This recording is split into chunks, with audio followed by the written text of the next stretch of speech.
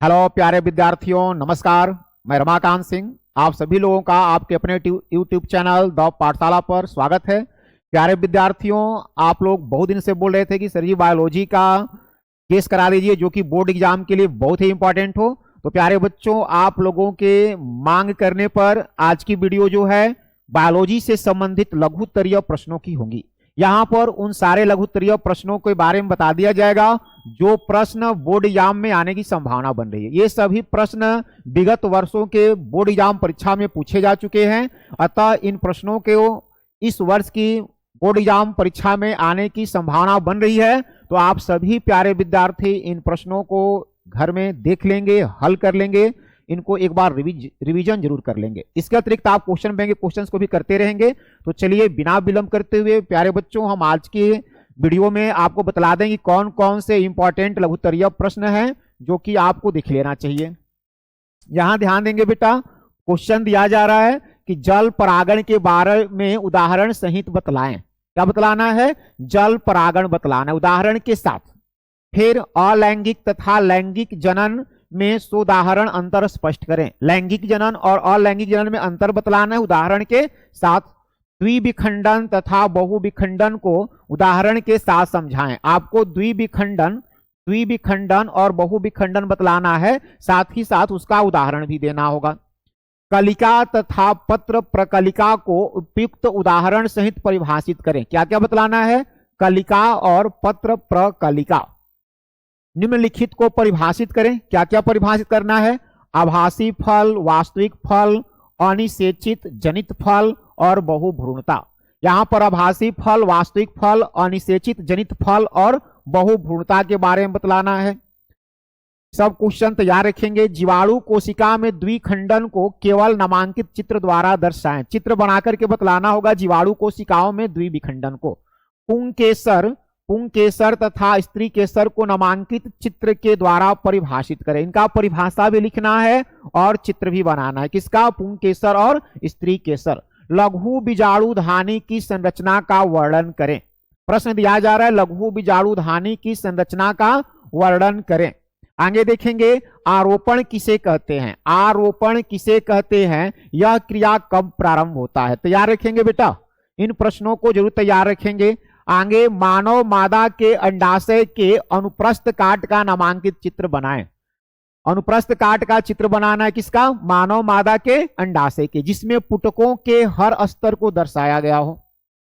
आगे न्यूक्लियोसाइड तथा न्यूक्लियोटाइड में अंतर स्पष्ट करें। न्यूक्लियोसाइड और न्यूक्लियोटाइड से क्या समझते हैं, इनमें अंतर स्पष्ट कर देना है। शुक्राणु जनन और अंड जनन के बारे में बतलाएं। शुक्राणु जनन, अंड जनन। अपरा पर एक संक्षिप्त टिप्पणी लिखें। अगला प्रश्न है अपरा पर एक संक्षिप्त टिप्पणी लिखें।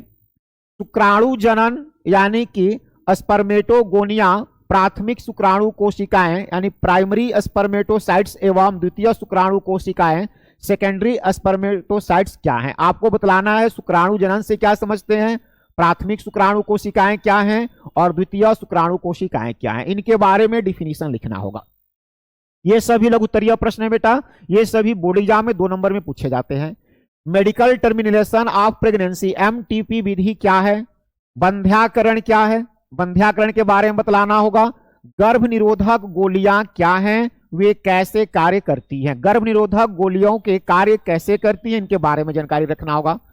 GIFT, संक्षेप में आपको GIFT तकनीक का वर्णन करना होगा। रक्त के कार्य बतलाना है। जीन उत्परिवर्तन से आप क्या समझते हैं, जीन उत्परिवर्तन से क्या समझते हैं और जैव क्रम विकार में इसकी क्या भूमिका है, इन प्रश्नों को याद रखेंगे बेटा। आगे ध्यान देंगे सूक्ष्म अंतःक्षेपण क्या है, आपको इसका परिभाषा लिखना है। सूक्ष्म अंतःक्षेपण का यह किस प्रकार से पुनर्योगज DNA तकनीक में मदद करता है। पुनर्योगज DNA तकनीक में सूक्ष्म अंतःक्षेपण किस प्रकार से मदद करेगा। अपूर्ण प्रभाविता क्या है, अपूर्ण प्रभाविता क्या है। किसी एक उदाहरण के साथ पृथक्करण के नियम का वर्णन करें। पृथक्करण का नियम बतलाना है, यहां अपूर्ण प्रभाविता का नियम बतलाना है। गुणसूत्रीय विकार से आप क्या समझते हैं, गुणसूत्रीय विकार क्या होते हैं, ऐसे 3 विकारों के नाम बतलाएं। गुणसूत्रीय विकारों के नाम बतलाना है। जीन विनिमय से आप क्या समझते हैं? जीन विनिमय बतलाना होगा आपको। मानव वंशावली विश्लेषण में नर मादा मैथुन एवं सम रक्त मैथुन के लिए प्रयुक्त है, प्रतीक को बनाएं। आपको प्रतीक बनाना होगा। मानव वंशावली में किसका प्रतीक बनाना है? सम रक्त मैथुन।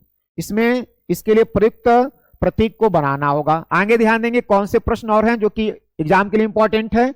अगर मां का रुधिर वर्ग AB एवं पिता का रुधिर वर्ग O है, मां का रुधिर वर्ग AB है, पिता का रुधिर वर्ग O है, तो उनके संतति का रुधिर वर्ग क्या होगा? डीएनए के द्विसूत्री संरचना के दो मुख्य बिंदुओं की विवेचना करें। डीएनए के द्विसूत्री संरचना के दो मुख्य बिंदुओं की विवेचना करें। अगला प्रश्न दिया जा रहा है डीएनए प्रकृति के लिए आवश्यक किन्हीं दो एंजाइम्स का नाम लिखें। डीएनए प्रकृति के लिए आवश्यक किन्हीं दो एंजाइम्स का नाम लिखें तथा प्रत्येक के एक एक विशिष्ट कार्य को बतलाएं। इनके कौन से कार्य होंगे यह भी बतलाना होगा आपको। यूक्रोमैटिन एवं हेट्रोक्रोमैटिन में अंतर बतलाएं। यूक्रोमैटिन और हेट्रोक्रोमैटिन में अंतर क्या होता है? अगला प्रश्न है बेटा संक्षिप्त में ट्रांसक्रिप्शन का वर्णन करें। ट्रांसक्रिप्शन से क्या समझते हैं इसका परिभाषा बतलाना है। प्रारंभन कूट तथा समापन कूट का वर्णन करें। प्रारंभन कूट कौन कौन से हैं, समापन कूट कौन कौन से हैं, इनके बारे में बतला देना होगा। युग्मन और प्रतिकर्षण को परिभाषित करें। युग्मन क्या होता है, प्रतिकर्षण क्या होता है। जीन कोशिका से आप क्या समझते हैं? जीन कोश से क्या समझते हैं? जीन कोश के बारे में बतलाना है। विभिन्न प्रकार के आरएनए कौन कौन से आरएनए होते हैं, सभी का नाम बतलाना होगा। ऑपेरॉन को परिभाषित करें। ऑपेरॉन को परिभाषित करें तथा इसके संघटक जीनों के नाम बतलाएं। प्रोटीन संश्लेषण पर उत्परिवर्तन का क्या प्रभाव पड़ता है? ध्यान में रखेंगे प्रोटीन संश्लेषण पर उत्परिवर्तन का क्या प्रभाव पड़ता है। मानव जीनोम परियोजना के लक्ष्य क्या हैं? आगे ध्यान देंगे लैमार्क तथा डार्विन के सिद्धांतों में विभेद करें। लैमार्क और डार्विन के सिद्धांत में अंतर बतलाना है। अगला प्रश्न है अपसारी तथा अभिसारी उद्विकास में अंतर बतलाएं। अपसारी और अभिसारी विकास में क्या अंतर है लिखना होगा। बोगनविलिया के कांटे एवं क्यूकर बीटा के प्रतानों में क्या संबंध है? इन दोनों में संबंध बतलाना है। बोगनविलिया के कांटे और क्यूकर बीटा के प्रतान में क्या संबंध होता है। एड्स के दो लक्षण बतलाने हैं। मियादी बुखार का कारक जीव एवं लक्षण लिखना है। मियादी बुखार का क्या कारण है, किस जीव के कारण होता है और इसका लक्षण क्या है। एक प्रतिरूपी प्रतिरक्षी का स्वच्छ नामांकित चित्र बनाएं। चित्र बना देना होगा आपको।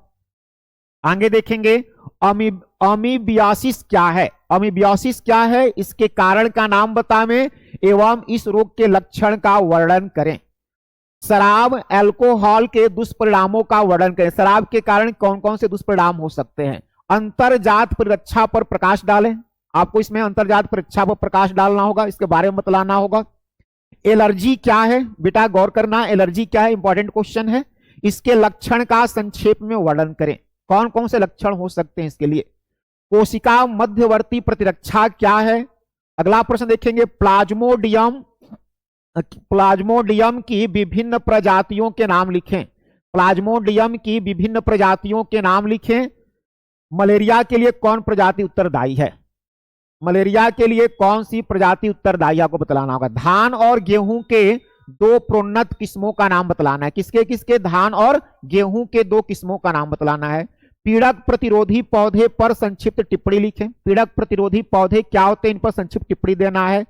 4 शर्करा उत्पाद पौधे के वैज्ञानिक नाम लिखें। 4 शर्करा उत्पादन करने वाले पौधों के वैज्ञानिक नाम बतलाना होगा। जैव प्रबलीकरण से आप क्या समझते हैं, बहुत ही इंपॉर्टेंट प्रश्न है। जैव प्रबलीकरण से क्या समझते हैं। मोएट क्या है, MOET मोएट क्या है। पशुपालन से आप क्या समझते हैं। पशुपालन से क्या समझते हैं। अंतः प्रजनन से क्या समझते हैं, ध्यान देंगे। अंतः प्रजनन पूछा गया, यहां पर इनके बारे में आपको बतलाना है। BOD क्या है।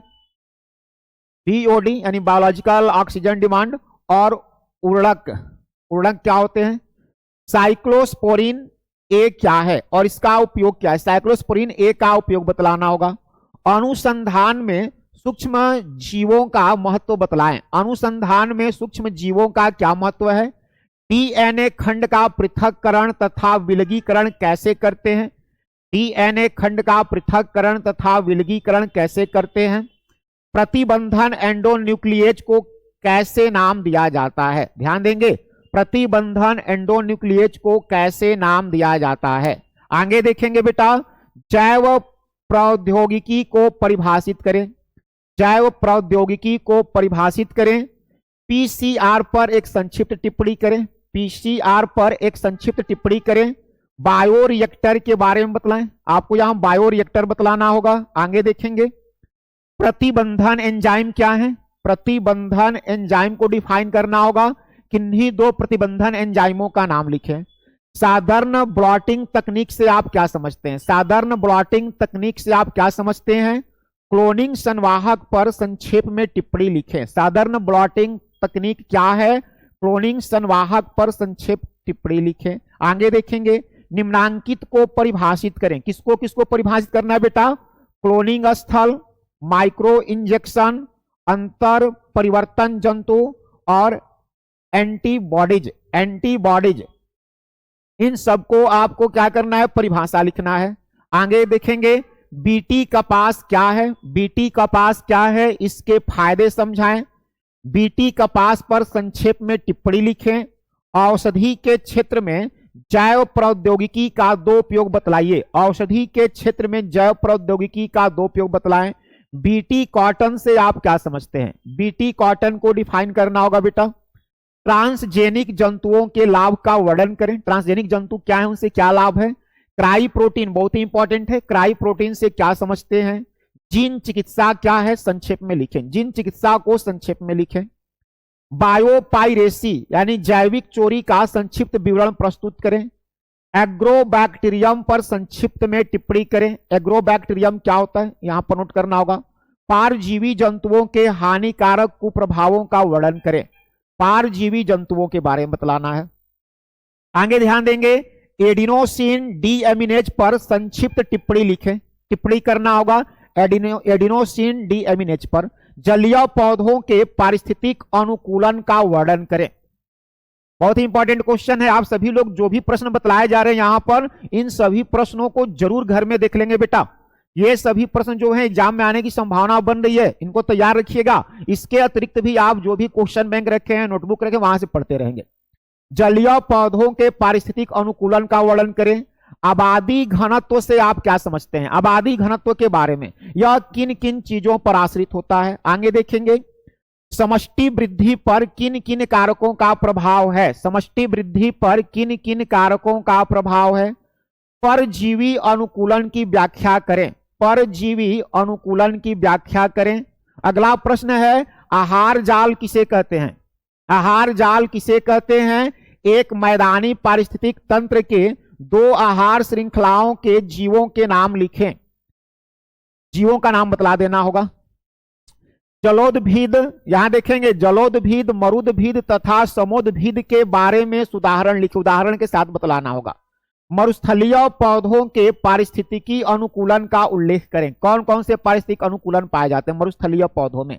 प्राथमिक एवं द्वितीयक उत्पाद क्या है? प्राथमिक द्वितीयक उत्पाद। जैव विविधता के बारे में आप क्या जानते हैं? जैव विविधता के बारे में बतलाएं। जैव विविधता हॉटस्पॉट क्या है? भारतवर्ष में पाए जाने वाले दो हॉटस्पॉट के नाम एवं उनकी विशेषताएं लिखें। कौन कौन से हॉटस्पॉट भारत में पाए जाते हैं? फिर यहां पर जैव विविधता क्या है, हाल ही में वह इतनी महत्वपूर्ण क्यों हो गई है? जैव विविधता के बारे में बतलाना है, क्या कारण कितनी महत्वपूर्ण हो गई है। फिर आगे ध्यान देंगे बाबू, बाह्य स्थान संरक्षण के बारे में लिखना होगा। जैव विविधता संरक्षण का उदाहरण सहित वर्णन करना है। ओजोन छिद्र से आप क्या समझते हैं? ओजोन क्षय का मुख्य कारण क्या है? क्या कारण हो सकता है कि ओजोन छिद्र बढ़ रहा है? आधुनिक जैविक विकास के आलोक में नैतिकता के विचार पर प्रकाश डालें। जैव आवर्धन पर संक्षिप्त टिप्पणी लिखें। जैव आवर्धन क्या है? डॉब्सन इकाई क्या है? डॉब्सन इकाई किसके लिए यूज करते हैं?